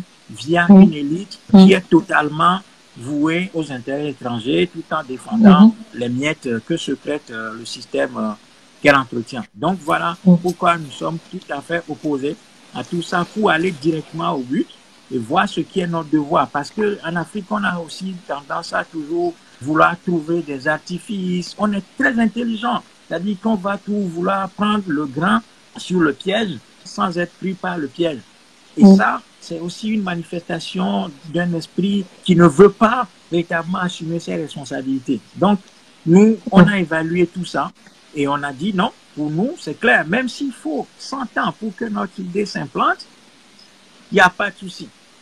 il n'y a pas de souci, on va continuer à travailler sur cette ligne-là, gagner les esprits progressivement, et tout le monde verra que l'histoire a indiqué une voie aux Africains. Si, après tout, comme je l'ai toujours répété, si nous ne sommes pas capables d'assumer cette voie-là, ça c'est notre affaire. Mais les règles de l'histoire ne vont pas changer en fonction de notre incapacité ou de notre intelligence à vouloir trouver des solutions en dehors de ce que les lois de l'histoire et des règles de l'histoire prescrivent au peuple qui sont dominés. Ça, c'est le premier élément. Le deuxième élément, c'est que nous voulons aller de l'avant. Je pense qu'il va falloir que chacun, partout où il est, il doit absolument commencer à trouver quelques personnes autour de sa personne. Exactement. Ça, c'est des données classiques. Ça peut commencer même dans les familles, parce que il est important aussi de dire aux Africains que même dans les familles, on peut toujours récupérer quelqu'un. Ça peut être un grand frère, une grande sœur. J'insiste vraiment que les femmes s'impliquent à l'intérieur. Oh là là, que les femmes s'impliquent à l'intérieur. Les femmes, quand elles sont à fond dans quelque chose, faut pas tromper la femme. Une femme, quand elle est en plein dans quelque chose, elle est dedans jusqu'à. Il faut avoir vraiment le moyen de faire comprendre aux gens que même un travail, au fond, excuse-moi de t'avoir coupé, pardon, la politesse, excuse-moi. Donc, vraiment, il faut faire comprendre que gagner des personnes à la cause panafricaine n'est pas forcément quelque chose d'extraordinaire. C'est parce que on a toujours le temps de faire un message retentissant. Moi, par exemple, pour donner tout simplement le petit côté personnel, pour dire par exemple ma petite maman, elle n'aime pas m'écouter parler panafricanisme, mais quand tu lui glisses les autres qui en parlent, elle écoute. Donc il y a toujours des moyens de séduire les gens, même si c'est en offrant un bouquin aussi simple, ou même si c'est en faisant écouter des lives ou des émissions de quelqu'un, juste en disant « Ah bah tiens, je t'ai envoyé un truc, c'est quand même intéressant, t'as vu, il parlait de ça, ou je sais pas quoi ». Peut-être que la personne n'a pas envie, parce qu'il y a beaucoup d'orgueil entre nous, de foi, entre l'être humain, tout simplement. Ne disons pas forcément nous les Africains, prenons tout simplement l'être humain. L'être humain a du mal, des fois, à reconnaître qu'il a tort devant une personne qui l'apprécie ou qui le reconnaît comme un grand ou un parent ou quelque chose. Il n'ose pas dire que mon fils, j'ai tort, ou mon petit frère, tu as raison, moi j'ai tort. Mais deux fois, il entend et il préfère écouter la raison auprès d'une autre personne, d'accord? Donc, il y a tout ce travail qui doit être fait, qui peut être fait de proche en proche, et ça peut être au niveau de son travail, ça peut être au niveau de son cercle proche d'amis, ça peut être au niveau de sa famille, ça peut être le fait que l'on reparte dans nos collèges et nos lycées. Je rêve de ça. Je n'ai pas encore fini. J'espère qu'un jour, j'aurai la possibilité de rentrer dans mon pays, aller dans le collège Ganguédoire où j'étais, ou au lycée, et avoir le temps de parler à une tribune d'élèves qui sont aujourd'hui mes enfants, et qui peuvent être aujourd'hui mes enfants, ou mes petits frères du moins, parce que peut-être que je suis pas si vieille que ça, mais donc, histoire de dire, c'est pour faire de l'humour, histoire de dire que tous les moyens sont bons pour faire passer le message et de donner la possibilité aux oreilles ouvertes et averties qu'il y a un autre message. Il n'y a pas que celui que on nous vend à la télé, et il n'y a pas que celui que l'Occident nous vend, mais il y a un autre message qui est là et que l'on peut arriver à faire. Et je te laisse terminer alors. Ok. Bon, je vais. Après, il y a quelques personnes qui sont sur le. Oui, qui sont là. Qui demandent des précisions. Mais simplement de dire que je suis tout à fait d'accord avec toi qu'il faut continuer à travailler sur le message, essayer en toutes circonstances de le porter, d'essayer de convaincre les gens là-dessus, de créer les discussions, de créer des espaces de rencontre là-dessus, et que les femmes s'impliquent absolument dans ce que nous sommes en train de faire, parce que la femme a toujours eu un grand rôle à jouer en Afrique et continue d'en jouer, et que nous devons absolument faire une place très importante à nos sœurs dans ce que nous sommes en train de faire, et que les places sont d'ailleurs là, on n'a même pas besoin de leur faire de la place, elles doivent prendre la place. Ça c'est un premier élément. Le deuxième élément que je voudrais indiquer, C'est simplement que la vocation du Moltra n'est pas de rassembler tous les panafricanistes, parce que ce n'est pas tous ceux qui disent panafricanisme, qui sont dans le panafricanisme. Il y a panafricanisme et panafricanisme. Nous sommes partis du fait que l'histoire, elle est la fille de la géographie. C'est-à-dire que lorsque un peuple veut construire une civilisation, ou bien reconstruire une civilisation parce qu'elle a été dominée, ses institutions étant détruites, il va lui falloir absolument reprendre la maîtrise physique de son espace. Ça veut dire quoi? Ça veut dire que les institutions qui sont coloniales, qui sont bâties sur le territoire africain, dans les enclos coloniaux que nous plaisons à appeler États africains parce qu'on nous a mis en tête que ça, c'est des États, alors que ces enclos coloniaux ne remplissent pas les critères minimaux d'État pour pouvoir prescrire les normes et pouvoir orienter les sociétés. Nous disons que toutes ces institutions-là doivent tomber. Après, je redis encore une fois que si les Africains ne sont pas capables de faire ce travail-là, ce n'est pas pour autant que ces idées ne sont pas justifiées. Ça veut dire que la faute, nous devons la chercher dans nos propres faiblesses. Si les autres peuples ont pu faire des bons dans l'histoire après avoir reconquis leur espace territorial, je ne vois pas ce qui différencie l'Africain d'autres peuples. Vous voyez, c'est pour ça que je demande que nous ne particularisons plus nos problèmes, c'est-à-dire que nous devons lire le problème africain dans le contexte global de l'histoire humaine. Et qu'il y a des sociétés humaines qui ont connu des situations quasi semblables à la situation. Et nous devons être en mesure d'aller voir ce que ces peuples-là ont fait pour s'affranchir. Et si aujourd'hui... Comme le Vietnam, comme la Chine, comme si aujourd'hui la Malaisie. Si la Chine est capable de faire ce qu'elle est en train de faire et de s'imposer en Afrique, ben c'est parce que la Chine a d'abord résolu ses problèmes intérieurs. Et ça, c'est parti d'un petit noyau de personnes. Hein. C'est un petit noyau d'hommes qui a d'abord essayé d'imposer un courant d'idées autour duquel il a travaillé. Et puis, ça s'est développé et ça s'est étendu à l'ensemble du pays. Encore une fois, je dis que ce qui nous manque aujourd'hui, c'est ce qui fait des humains des hommes. C'est-à-dire le courage, l'abnégation et la capacité à construire des projets, à s'y tenir de manière rigoureuse, disciplinée, de manière déterminée et ferme.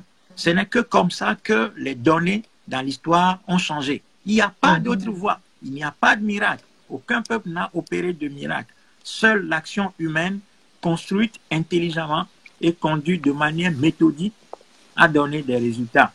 Donc voilà, après, si on n'est pas capable de le faire en prétendant des particularités qui seraient des particularités noires et africaines, bon, ça c'est notre problème. Ça c'est notre problème. Donc voilà le point sur lequel je voudrais rebondir, répondre. Oui, j'avais envie de dire quelque chose, mais j'étais distraite parce que j'ai vu que des personnes ont écrit. Par exemple, mon frère Pat Labaz, que je salue, a écrit « Ça a été très violent en Chine ». Avec 50 millions de morts et de famine, bien entendu, on n'est pas obligé de passer par là. On a déjà assez souffert de pertes de vie comme ça.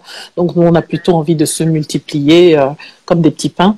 Donc, mais ce que je veux comprendre, effectivement, Pat, tu dis que nous avons perdu la culture du sacrifice. C'est aussi ça le problème. Mais le sacrifice, il passe par beaucoup de choses. Donc, le sacrifice ne passe pas seulement par le sacrifice de la vie humaine. C'est ce que j'étais en train de dire.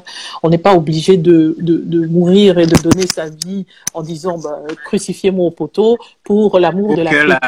Donc, ce que je veux dire que le sacrifice passe aussi par ce que je disais tantôt, donner de son temps tous les jours, donner de sa personne, donner de sa poche quand il faut, donner de sa voix, se donner. Se donner, ça ne veut pas juste dire que, voilà, je suis dans un petit coin de Facebook et puis ça va comme ça. Il faut aussi aller sur le terrain. Ça va obliger donc les gens, que chacun de nous que nous sommes, à regagner nos pays où que nous soyons pour pouvoir faire passer ce message d'une façon ou d'une autre. Oui, dis-moi, peut-être que...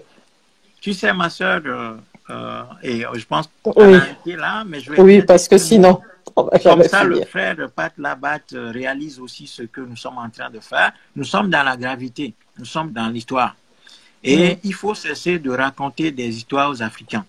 C'est-à-dire qu'aucun peuple ne sait faire dans la concorde sans aucune effusion de sang. Bien sûr, le sang coule aujourd'hui. Le sang mais il coule déjà assez. Hein. C'est pas rien. Hein. Tout à fait, mais le sang qui coule aujourd'hui en Afrique n'est pas encore le sang libérateur. Le sang libérateur, il faut être honnête, le sang libérateur, si nous voulons véritablement affranchir l'Afrique de toutes les dominations et que nous voulons rebâtir notre continent pour le bien de nos enfants, eh bien, il va y avoir encore du sang. Ça, il faut être lucide là-dessus. Il faut me montrer, dans l'histoire de l'humanité, un seul peuple qui s'est fait sans aucune... C'est-à-dire, tu sais, il faut que les Africains commencent à être sérieux et à lire l'histoire à l'endroit, pas raconter du n'importe quoi. La Chine, effectivement, elle a payé un lourd tribut. Mao et ses camarades ont été très lucides, ils ont averti le peuple là-dessus. Et quand ils ont pris le pouvoir, ils ont dû faire le nettoyage parce que les supports de la colonisation, de la domination étrangère qui étaient là, la matrice, les instruments, l'industrie de production des aliénés, ces gens ont dû mettre fin à tout ça. Ça a coûté des vies humaines, c'est clair. Donc, la grande histoire, je renvoie nos auditeurs à la lecture du livre de Edem Kodjo et Demain l'Afrique. Pourtant, tout le monde sait comment Edem Kodjo était un homme très mou, hein, très consensuel. Je ne le connais pas. Merci. Très bien, dans toute l'histoire de l'humanité, toute l'histoire de l'humanité, hein, les peuples, les nations, les grandes nations qui ont fait leur unité aussi bien territoriale que qu'anthropologique, sociétale, ont été faites dans la douleur. Donc, il faut que les gens arrêtent de raconter du n'importe quoi. C'est-à-dire que les gens racontent des choses aux Africains. Quelle chose? J'ai pas compris. Non, en disant que les Africains ont trop payé, que bon, il y a trop de violence déjà en Afrique, qu'il faut pas rajouter, bon, qu'il faut laisser les choses se faire naturellement, en disant par exemple que la Chine payait un lourd tribut, qu'il y a eu 50 millions de morts. Mais non, je pense pas que quand le frère disait ça, c'était pour dire que les autres ont trop payé, nous on a trop payé. C'est pour dire que les Africains ne réalisent pas qu'il y a le manque de culture de sacrifice. Moi, je crois que c'est ce qu'il voulait dire, que l'Africain n'a pas encore conscience que il y a besoin d'un sacrifice intense pour aller au combat. Si c'est ça, je pense qu'il a écrit après. Non, c'est pour ça que je disais que, à mon sens, la culture du sacrifice ne doit pas seulement s'arrêter à l'idée que on va se sacrifier en perdant nos vies. Il y a aussi la culture du sacrifice, de donner de sa personne à 100%. Ça aussi, c'est une façon de se sacrifier. Voilà. Ça aussi, c'est une façon de se sacrifier. Parce que les Africains ont souvent tendance, et pour rejoindre ce que lui disait, c'est par exemple, je te donnais un exemple tout simple, quand tu viens leur parler de panafricanisme, ou même tout simplement de la politique, ils vont te dire, pardon, moi je ne fais pas la politique. Donc, voilà. Si c'est pour leur parler de cheveux, de coiffure, de sapologie, on va aller à une fête, qu'il y a eu un enterrement, qu'il faut cotiser, que machin, l'Africain est là. Qu'il faut parler de Jésus, amen, l'Africain est là. Mais dès que lors que tu commences à leur dire, il faut parler, il faut réveiller les Africains, il faut qu'on se batte, il faut qu'on se libère de systèmes qui sont en train de nous opprimer, il faut, les gens vont dire, pardon, moi je ne fais pas la politique. Alors que les autres pays qui ont justement, quand on voit par exemple le Venezuela qui est en train de se lever, ce n'est pas juste Maduro qui est en train de se lever contre les systèmes qui veulent. C'est tout un peuple qui est là. La dernière fois, quand j'avais suivi son live et que je voyais que tout le monde répondait présent, les fermiers, les gens, tout le monde était là debout pour dire on ne va pas se laisser abattre. Ils n'étaient pas en train de dire moi je fais pas la politique. Tout le monde sacrifiait de son temps, de sa personne pour dire on est là pour les autres, les uns les autres. Donc c'est ça la culture du sacrifice que les gens n'ont pas encore chez nous et qu'on devra inculquer petit à petit dans la tête des gens en fait. Et certains de nos compatriotes s'arrêtent tout simplement au changement de nom. Ils changent Désiré par Ouassiré, il devient Titan Kamon Kémy, pensant qu'il suffisait. Ça peut être une démarche personnelle pour que les choses changent. Non, faut pas prendre ça. Faut pas être trop sévère mon frère. Non, tu sais, je connais ce mouvement depuis 19 ans maintenant, depuis 2000. J'ai fréquenté tout ça, je connais tout ça. Donc ne t'inquiète pas. Je parle en les deux pieds solidement après. Donc, je connais tout ça. Nous n'allons pas refaire l'Afrique en faisant du maquillage. hein, en faisant du cosmétisme, en faisant de petits changements de nom pour dire Kémit, Totep, et tout ça. Et mon frère, faut laisser Otep. C'est-à-dire qu'il faut dépasser tout ça. C'est-à-dire, tu es, ok, tu t'appelles Kémit maintenant, sauf que l'Afrique ne nous appartient pas. On a retrouvé nos racines égyptiennes, on a changé de nom, sauf que notre espace territorial ne nous appartient pas. Donc, il va falloir gravir un deuxième palier pour se fonder sur le changement de nom, c'est-à-dire la reconnexion avec l'Égypte antique, avec nos ancêtres, pour dire que nous étions un grand peuple. Nous avons retrouvé la grandeur de nos ancêtres en redécouvrant leur nom, en redécouvrant leur grandeur.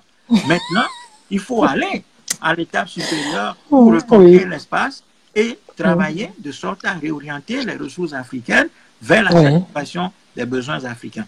Donc voilà ce que je veux dire, et puis j'en aurais terminé. Je termine juste un peu, pardon, je termine juste un peu parce qu'il y a peut-être d'autres qui veulent intervenir et moi aussi je dois m'arrêter. Donc, je voulais juste te dire, pour revenir sur cet aspect-là, parce que tu avais effectivement parlé de ça à ton dernier live, où tu mettais quand même un point en disant, attention, c'est pas le fait de s'appeler Wassiré, je sais pas qui, Kamit ceci, ou bien dire des Otep, ça me faisait trop rire et j'arrêtais pas de mettre en commentaire Otep ou mon frère Otep. Je veux quand même préciser qu'il y a quand même une démarche personnelle dans tout engagement. Donc, il ne faut pas trouver des sujets et mettre des points qui risquent de nous désaccorder ou qui risquent de frustrer certains, qui risquent de penser à encore un qui veut venir dire que moi, ma démarche que je fais vers mes ancêtres est une démarche qui ne sert à rien.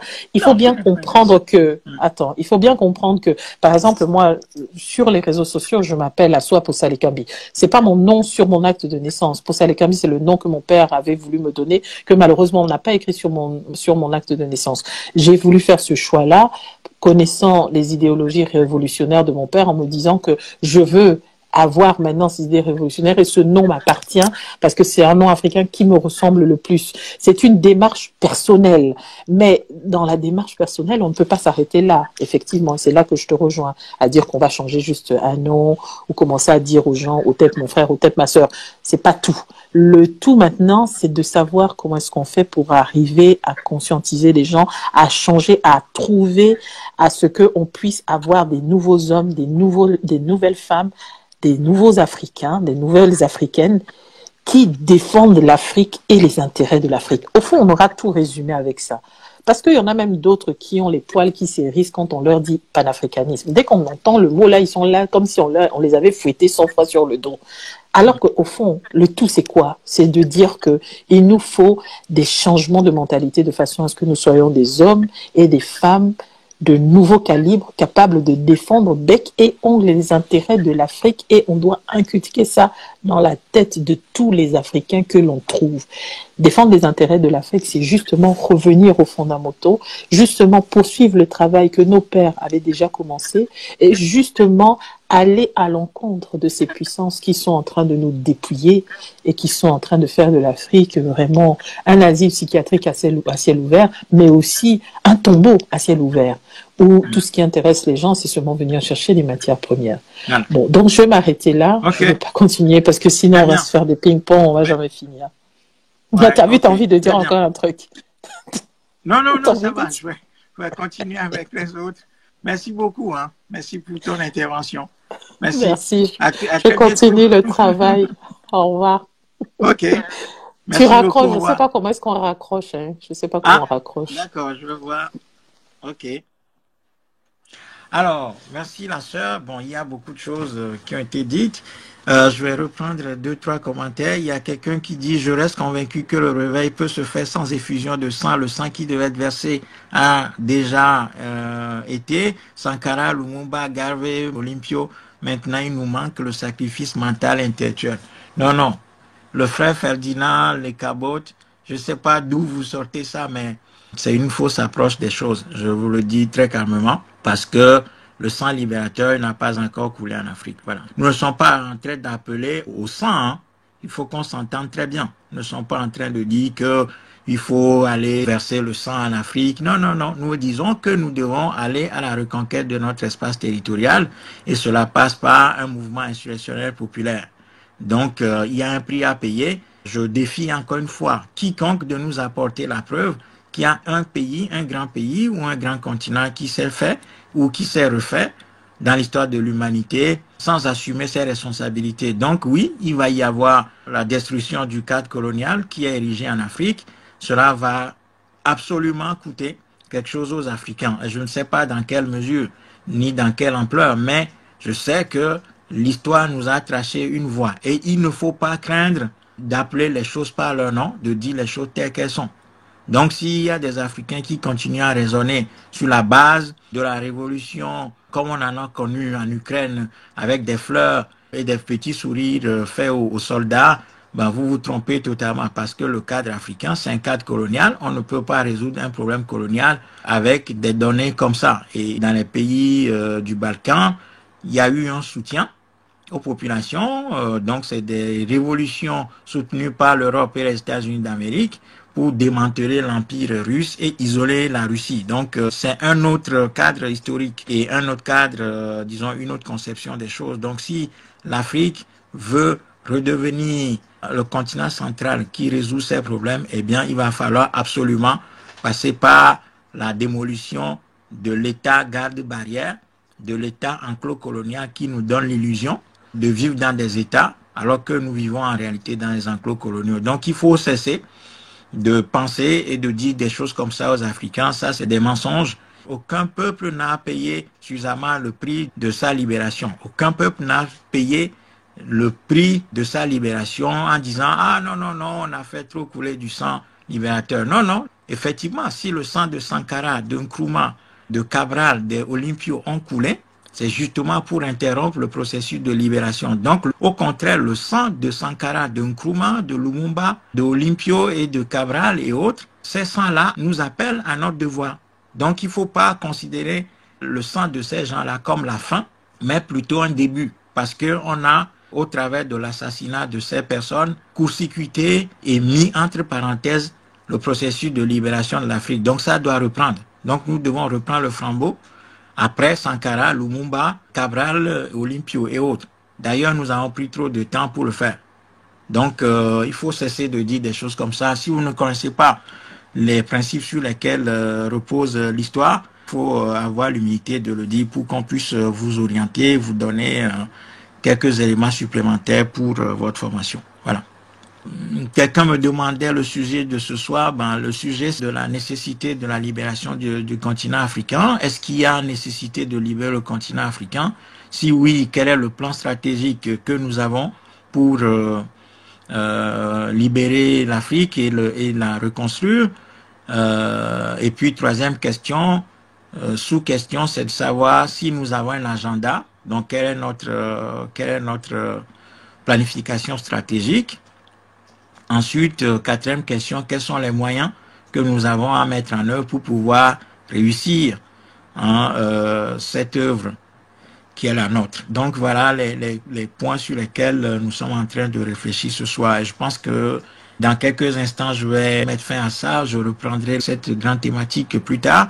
Mais ce que je voudrais rappeler, c'est que nous devons rester concentrés sur la ligne qui est la nôtre. Il s'agit de la nécessité pour nous de construire un mouvement de libération continentale, et cela passe par le commencement. C'est-à-dire que chacun, partout où il est, il doit trouver 2, 3, 4, 5, 10 Africains, 20 Africains pour les rassembler et commencer à discuter de cette question. Et après, nous-mêmes, nous sommes là, nous viendrons, s'il le faut, venir rencontrer ses compatriotes et discuter des points très important dans la mise en place de ce mouvement révolutionnaire que le continent africain nous réclame tant. Parce que les gens disent qu'ils ont tout essayé, sauf que l'histoire, elle est cruelle avec les peuples qui rusent avec leurs problèmes et qui veulent trouver des raccourcis à leurs problèmes. Les problèmes se posent, il faut les examiner froidement, il faut les voir dans leur réalité et leur trouver les solutions convenables, les solutions adaptées. C'est-à-dire que si effectivement nous continuons à vouloir trouver des solutions inadaptées aux problèmes réels qui se posent à nous, il est évident que nous ne trouvions jamais ces solutions. Il est évident que nous nous fatiguions sur des pistes qui ne nous amènent pas aux solutions, mais plutôt d'impasse en impasse. C'est pour ça qu'il faut à un moment donné reprendre ses esprits calmement pour voir quels sont les principes et les lois sur lesquels repose l'histoire, quels sont les enseignements que l'histoire a donnés aux peuples qui sont dominés, comment les peuples dominés se sont pris pour s'en sortir. Voilà. Donc après, il y a eu plusieurs commentaires que j'ai pas pu lire. Il y a d'autres personnes qui ont dit, j'ai vu qu'entre-temps, il y a quelque chose qui était dit sur Kémy Séba, qui aurait fait du lobbying, lequel lobbying était en train de payer par le démantèlement du franc CFA et son remplacement par l'éco. Bon, je pense que les Africains, bon, voilà, on aime trop les choses faciles, quoi. Et puis, il y a quelques personnes qui disaient que il faut qu'on rassemble tout le monde. Bon, non, notre vocation, je le dis encore une fois, le Mortra ne veut pas rassembler tout le monde. C'est pas tous ceux qui disent panafricanisme qui sont dans le combat. Donc, nous, ce que nous cherchons à faire, c'est d'abord clarifier nos idées, les imposer pour pouvoir trouver les moyens qu'il faut pour les implémenter, pour pouvoir mettre en œuvre nos idées. Et dans ça, un courant politique, un courant idéologique doit s'affirmer avant de chercher les alliances. L'idée n'est pas ici d'aller rassembler les serpents, les coqs, les agneaux, les loups, les léopards, les guépards, les crocodiles, les agneaux, le bœuf, les lézards et les rassembler dans un cadre unitaire pour dire qu'on est en train de faire l'unité. L'unité ne se fait pas comme ça. L'unité se fait sur la base des idées claires. Et la confusion des idées entraîne forcément la confusion des moyens, ce qui entraîne, in fine, la paralysie de l'action. Donc, nous sommes dans une clarté. Ceux qui veulent travailler autour de ces idées-là, c'est eux que nous sommes en train de chercher à rassembler d'abord. Après, on verra les alliances. Donc, voilà, nous, notre méthode de travail, c'est ça. Il ne s'agit pas de rassembler tout et n'importe quoi pour être dans la paralysie. C'est ce que Nkrumah et les autres ont fait en allant rassembler le groupe de Casablanca et le groupe de Monrovia. Et ça a donné ce que ça a donné, c'est-à-dire l'Organisation de l'Unité africaine, l'OUA, qui a été convertie ensuite en Union africaine, ce qui est le détournement des idées de Nkrumah et de ses amis. Donc voilà, nous ne voulons pas ça. Très clairement, nous avons appris de l'histoire. Nous avons grandi, nous avons appris de l'histoire et nous savons quelles sont les erreurs et les fautes qui ont conduit parfois à des tragédies dans notre histoire. Et nous savons aussi que quelqu'un comme Thomas Sankara, le fait de vouloir rassembler tout le monde, on ne touche à personne, on laisse même les ennemis qu'on a identifiés dans les rangs, eh bien ça a court-circuité, ça a mis fin au processus révolutionnaire au Burkina Faso. Voilà, c'est très simple. Par contre, John Jerry Rawlings au Ghana, il a fait le ménage, il a fait le boulot. Le Ghana a une autre approche et a connu un autre sort. Donc il faut être lucide, hein. Nous sommes très lucides. Voilà. J'ai vu aussi passer quelqu'un qui dit que les gilets jaunes ont fait bon. Et on est en train de mélanger tout. Concentrons-nous sur notre devoir, sur nos responsabilités. Laissons les gilets jaunes et tout ça en dehors. Nous avons écrit sur les gilets jaunes plusieurs fois. Nous pouvons en parler si vous voulez. Mais aujourd'hui, on ne parle pas des gilets jaunes, on parle de nos responsabilités en tant qu'Africains. Voilà, c'est tout. Que d'autres peuples, que d'autres mouvements dans d'autres peuples se joignent à nous ou veulent défendre nos intérêts, très bien, merci à eux, mais c'est pas ça le sujet. Donc il faut pas nous mélanger avec tout et n'importe quoi. C'est pas notre sujet. Voilà. Bon, le franc CFA qui est remplacé par l'éco, j'en ai parlé dans d'autres lives, je ne vais pas reparler aujourd'hui ici, mais sachez que simplement l'éco ne va rien changer du tout parce que l'économie africaine dans son ensemble, elle est déstructurée et orientée vers l'extérieur. Donc il faut laisser l'histoire de lobbying qui serait fait par Kémy Séba, qui paierait par le changement du franc CFA en éco, quoi. Tout ça, c'est du pipeau, c'est pas notre sujet. Le Mortra, s'il faut qu'on soit seul, on restera seul là-dessus. Mais c'est pas ça notre problème. S'il y a des gens qui veulent faire du lobbying pour libérer l'Afrique, qu'ils le fassent. Nous ne sommes pas là pour les combattre. C'est bien. Mais nous, ce que nous voulons, c'est que notre ligne puisse prendre corps et puisse être dans la réalité effective. Et puis qu'on essaie de travailler autour de ça. C'est tout. Il ne faut pas nous divertir ni disperser nos énergies. Ceux qui veulent être avec nous, qui nous rejoignent, on commence le travail, qui commence par me téléphoner demain matin, disant, ah, on a trouvé 2, 3 personnes, on a 5 personnes, on habite tel lieu, on est au Soudan, on est en Mauritanie, on est en France, on est en Belgique, on est en Allemagne, on veut que tu viennes nous voir. Voilà, c'est ça qu'on veut faire. Il faut laisser tous les à côté, les petites intelligences stratégiques où on va justifier les choses par la finesse dans les idées, hein, les proverbes, on va chercher la fine idée, la chose la plus sophistiquée pour mystifier. Non, ça ne nous intéresse pas. Nous sommes des paysans. Moi, je suis pas un intellectuel. Nous sommes des paysans. Nous raisonnons terre à terre. Nous voulons trouver des solutions à nos problèmes. Ne nous amenez pas très loin dans les hautes écoles philosophiques. Nous n'avons pas un niveau pour ça. Nous sommes des paysans. Nous voulons résoudre nos problèmes. C'est tout. Il ne faut pas nous amener dans des écoles de pensée qui sont très loin de notre connaissance. Voilà. Nous ne sommes pas capables de comprendre ces choses-là. Donc, laissez-nous à notre petit niveau où nous voulons travailler avec ceux qui ont compris que l'histoire ne prescrit d'autres solutions que la solution insurrectionnelle populaire méthodique au continent africain. C'est tout. Ok.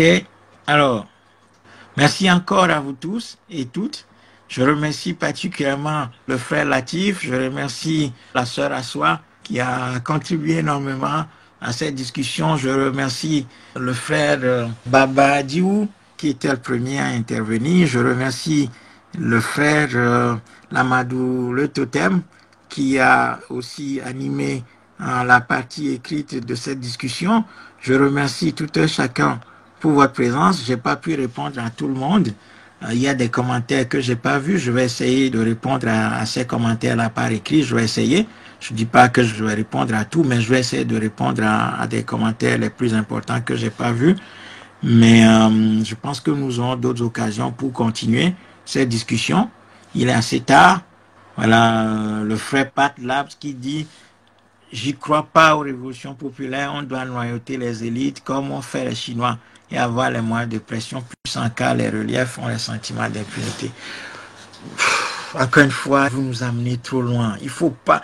Vous nous amenez trop loin. Vous nous amenez trop loin. Je sais pas où est-ce que vous avez appris que les Chinois n'avaient pas fait de révolution, mais qu'ils avaient noyauté les élites. Je sais pas à quelle période vous avez appris ça dans l'histoire de la Chine. Il faut nous le montrer. Les Chinois n'ont pas fait ce que vous avez dit. Les Chinois ont d'abord, par les boxeurs, qui ont déclenché le grand mouvement chinois contre l'étranger, lequel mouvement a été fondamentalement réprimé. Après, il y a eu les nationalistes sous la conduite de Sun Yat-sen qui a approfondi le travail des boxeurs. Après la mort de Sun Yat-sen, il y a Chiang Kai-shek qui a pris le pouvoir. Chiang Kai-shek voulant replonger la Chine sous la domination de l'étranger, les communistes sont nés avec Mao et quelques-uns de ses amis. Et c'est là le tournant de l'histoire de la Chine, c'est-à-dire que Mao a pris conscience des réalités de l'histoire et a construit un puissant mouvement révolutionnaire avec ses amis. Et c'est ainsi que Mao et ses camarades, dans un travail d'effort titanesque, ont mobilisé les Chinois qui ont été beaucoup massacrés, qui ont beaucoup souffert. Et finalement, en 1949, ils ont détruit les seigneurs de guerre et le pouvoir qui a engagé 5 batailles extrêmement violentes contre le mouvement révolutionnaire du peuple. C'est comme ça que la Chine a opéré pour détruire la domination du pays et opérer pour sa libération. Et après cette libération, maintenant, Mao et ses camarades se sont engagés dans une voie de renaissance de la Chine en déployant un programme de reconstruction du pays. Donc, je ne sais pas où est-ce que vous avez appris qu'ils ont noyauté les élites. Et qu'est-ce qu'ils ont fait quand ils ont pris le pouvoir?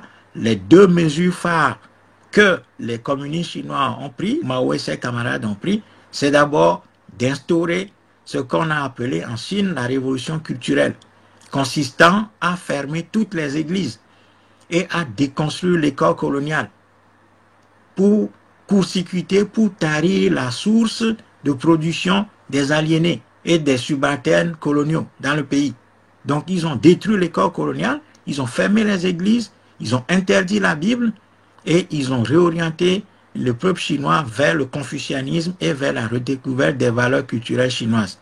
Et les élites coloniales qui étaient dans le pays, Mao les a envoyées en camp de redressement pour les décoloniser, pour que les élites coloniales là apprennent les valeurs culturelles chinoises pour travailler pour la Chine.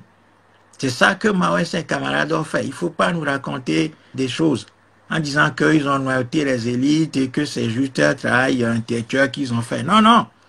C'est un travail structurel qui a été fait en Chine. Voilà. Donc, il ne faut pas qu'on perde du temps dans du coq à l'âne, quoi. Donc, voilà. Comme nous l'avons toujours dit, il n'y a pas de construction sans constructeur. Et si nous voulons reconstruire l'Afrique, il va falloir que nous recevions la formation qu'il faut. Et cette formation, elle est d'abord livresque et il y a aussi une phase d'initiation. Bon, alors maintenant, j'entends qu'il y a beaucoup de gens qui prennent l'initiation pour mystifier des gens. Non, l'initiation se fait dans des conditions tout à fait naturelles. Mais pour le moment, il ne faut pas trop mélanger les choses. Nous essayons d'asseoir une base rationnelle aux problèmes africains. Et après, il faut aller vers ce qui est notre devoir. Après, il y a des strates et des niveaux d'action, des paliers à franchir. C'est pour ça que nous devons être capables de faire un travail sérieux, méthodique, construit, rationnel, fondé sur ce que l'histoire a enseigné au peuple pour aller de l'avant. Nous visons la grandeur de nos peuples. Nous voulons redevenir pharaons, pas seulement dans le changement de nom, pour dire Ametou, Kémite, tout ça, non. Nous ne voulons pas nous arrêter là. Nous voulons nous reconnecter à nos valeurs culturelles intrinsèques. Ce n'est pas les racines solidement fixées au sol qu'un arbre produit des feuilles. C'est pour ça que nous devons d'abord travailler pour reconquérir l'espace africain et ensuite nous irons de l'avant.